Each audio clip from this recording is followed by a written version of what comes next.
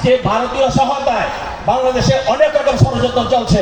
আমরা বিএনপির ভারপ্রাপ্ত চেয়ারম্যান জনাব তারেক রহমানের নেতৃত্বে সমস্ত ষড়যন্ত্রকে মোকাবেলা করে আগামী দিনে এই সরকার থেকে একটি সুষ্ঠু নির্বাচনের মাধ্যমে বাংলাদেশে ইনশাল্লাহ বিএনপির নেতৃত্বে তারেক রহমানের নেতৃত্বে একটি সুন্দর বাংলাদেশ গড়ার লক্ষ্যে আমরা কাজ করে যাব।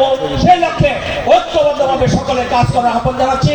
আগামীকাল 23 তারিখ আমাদের উত্তরা পশ্চিম থানা এরকমই একটি কর্মী সভার আয়োজন করা হয়েছে।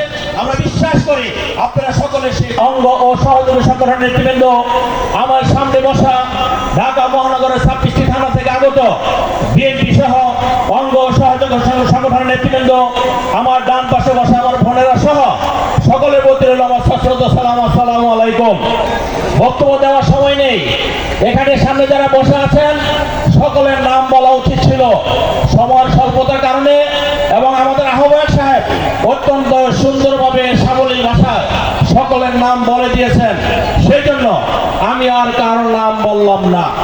আমি শুধু দু একটি কথা বলে বিদায় নিব। আপনারা জানেন আমাদের দেশনায়ক জনাব তারেক রহমান এই যে আমাদের রাষ্ট্র মেরামতের একটি দফা প্রণয়ন করেছেন, সেটা কিন্তু এই 5 তারিখের পরে প্রণয়ন করেননি। এটা প্রণয়ন করে